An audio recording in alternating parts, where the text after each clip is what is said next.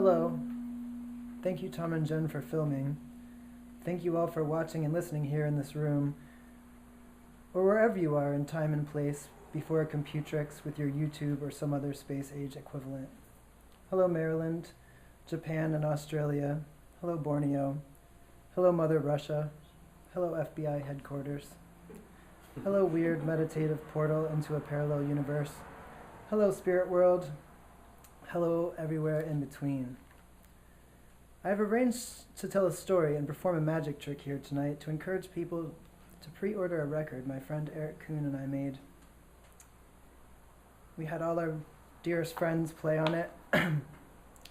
Joe Lewis played bass. Jesse Ellison played drums. My sister sang, as did Erica Fink. If you're interested in getting one, you can search on the interwebs for Ghosts by Michael Musica, and you'll find it. If you're watching this after July 8th, the date of our deadline, you can look it up to see if it was successful. I believe in a successful outcome, but the path to get there, you will see, is not without great peril and suspense. In fact, at this very moment, I owe a great debt to a dangerous gangster named Tony Fatoni. He was given a pseudonym and a stereotypical accent to protect his true identity. However, the following reenacted conversation is a very accurate paraphrasation.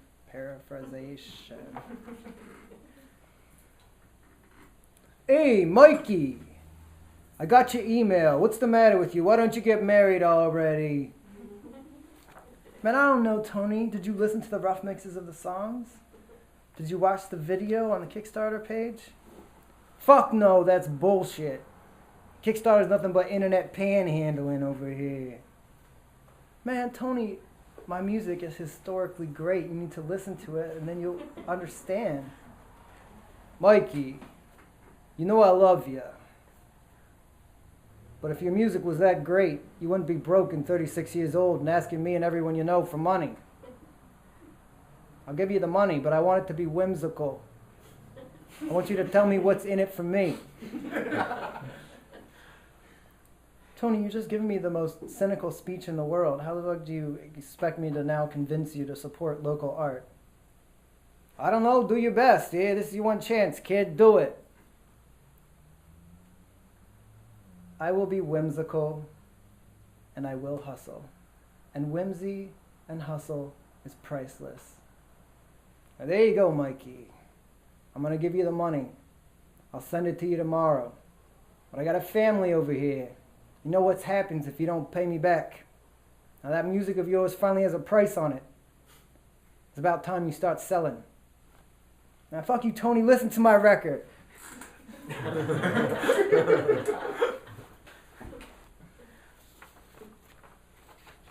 Tony was right. It is time to start selling my music. And that is what I will do tonight. Selling music is a tricky business. I've been at a loss on how to do it for a long time. For the past 10 years, I've been a substitute elementary school to pay the bills and made music with my spare time. Now that I'm in debt to an organized crime boss, I realize that my former mode of operation will no longer be adequate. So, the first thing you need to do to sell something is to have a story. I asked myself, what is the essence of the story of making this record that I intend to sell? 3 ideas immediately sprung to mind. Number 1, friendship. Over the course of making this music, Eric Kuhn and I became very close friends. And without the help of all of our friends, old and new, it never would have finished. Number 2, Axl Rose. All along the way, surprisingly at first, and hauntingly at the end, Axl Rose kept making appearances. And number 3, my father. My father got suddenly ill and unexpectedly died in the middle of the project, before we could finish it. My dad and I were real close, and it hurt. And he would have been the first person I would have asked for advice if I found myself in a fix like I am right now. Alas, he is nowhere to be found. So in framing my solution, I had to interpolate from past experiences what he would say, what he would recommend that I would do. So I thought about it. I think what he would say to do is to point. One of the first things he ever taught me as a little kid was the difference between being an outsider and an insider. An insider is someone who is, by virtue of societal standing, has a great deal to lose. So he relies upon authority and the rule of law to maintain his position in the world. An outsider is someone who needs to get by on hustle and guile. Outsiders are minorities. Outsiders have unconventional values and ideas. Outsiders are the eternal underdogs. Outsiders see beyond the horizon. That can be a blessing or a curse. It's up to the outsider to choose. To make it in the world, the outsider must get inside where he doesn't belong to find his food, riches, lovers, children, and all that. The way to get inside is to point. Pointing tells the authority figure guarding the door that you are entering with conscious understanding of their position and that you belong inside.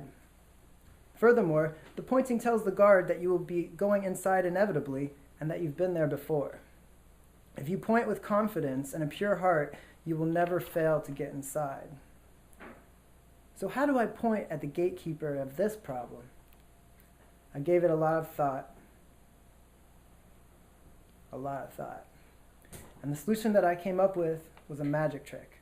I'm going to do a magic trick. I will, before your eyes, retrace the steps I took in my mind to find the answer, and by the end of the journey, you will know it too. Before beginning, I will need a volunteer from the audience. Oh, the beautiful lady over there by the piano, please come join us up here on stage. I need you to verify for me that this is just a normal, authentic technology phone. It hasn't been altered in any way. I know the OtterBox case is kind of ungainly and nerdy, but besides that, just a normal technology phone. It's thorough.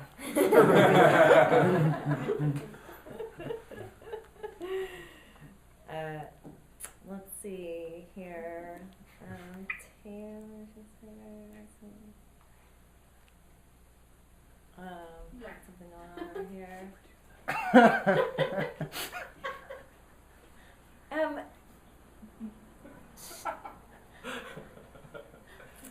Yeah, it's a real phone. She didn't answer though. Thank you. It's a real phone. Good. Let us begin. August 2010, Glacier National Park. The last time I went camping with my father was in August 2010 in Glacier National Park. It's in Montana. I had a girlfriend that worked there, and I wanted him to spend time with her. Her name was Pua. Also on the trip, my dad's friend from running track in college came. His name was Mark Gibbons, and Mark Gibbons brought his son Kevin. We all met at the lodge near where Pua was working and packed our backpacks and hiked up a mountain pass to a beautiful lake. After we made dinner and set up our tents and all that kind of stuff, we were hanging out on this cliff above the lake. Bats were flying all around, and it was somebody's idea to have a rock throwing contest. Who could throw it further into the lake? Kevin threw first. It was a good throw. Concentric circles in the water marked the place of landing of his rock. Mark Gibbons threw second. He threw it a little bit further than Kevin. Even at 60 plus, Mark was a lithe athlete, and his throw was very far. Not to be outdone, I took a big crow hop and was ready to bury both of the previous throws when my father interrupted me in mid-motion. "Hold up!" he said, as if to prevent a terrible accident. "What?" I asked. "Well," he said in a very calm voice, "I've noticed that you were going to throw overhand. These rocks are flat, and the wind is blowing. You should throw sidearm." "Man, you're full of shit. Now I waited all this time to throw and the circles are gone and we're not going to know who won the contest." "I'm going to throw it clear across the lake," my father said, "so we'll know who won the contest. If you listen to my advice, you can tie me." I was like, "Man, shut up. I'm throwing it the way I throw it." So I did a crow hop and I threw it. I threw it super far. The rock flew through the air. It landed very close to the opposite shore. My father picked up a rock. He looked at me in a very relaxed way. He threw it sidearm, and the rock sailed through the air in a really mellow, parabolic path above the water and landed high up on the opposite shore and kicked up a big cloud of dust in the dusk. Mark was smiling when this happened. Kevin looked on with amazement. Pua looked perplexed. Then she turned to me and said, "The old man beat you." "Shut up, Pua," I said. Then everyone began to laugh. Late in the evening, Pua went to bed early, and Mark, Kevin, and my father and I sat down by the fire and played some cards. The game that they wanted to play was a gambling game my father and Mark Gibbons used to hustle people with back in college. They explained the rules and I understood them. Then they said it would be Mark and my dad versus me and Kevin. Fine. Then my dad started talking all this shit about every possibility that the game had ever presented in history. And I know he's trying to get inside of my partner's head. So I say, "Deal, motherfucker, we know the rules." "Suit yourself," he said, and he began dealing the cards. Kevin and I won the first two hands. Then Mark Gibbons and my father stopped playing possum and fucked us up bad. It was a little frustrating, and I was glad Pua wasn't watching. Then Mark and Kevin went to bed, and it was just me and my father by the fire. "You know, Michael," he said, "ever since you were a little kid, I never let you win at anything. If you ever beat me, it was because you actually beat me." "Yes, I thank you for that," I responded.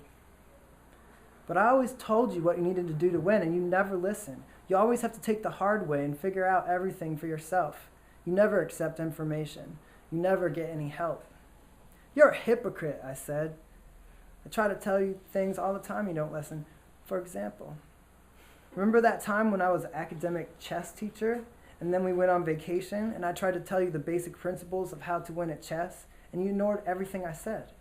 You moved your horse out to the side of the board, you never castled, you exposed your queen early, you totally ignored the fact that I was controlling the middle of the board." "Yes, I heard what you said. I wanted to see if you were right."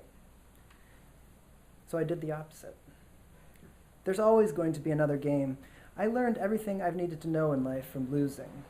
You'll see, the next time we play chess, I'm going to get you.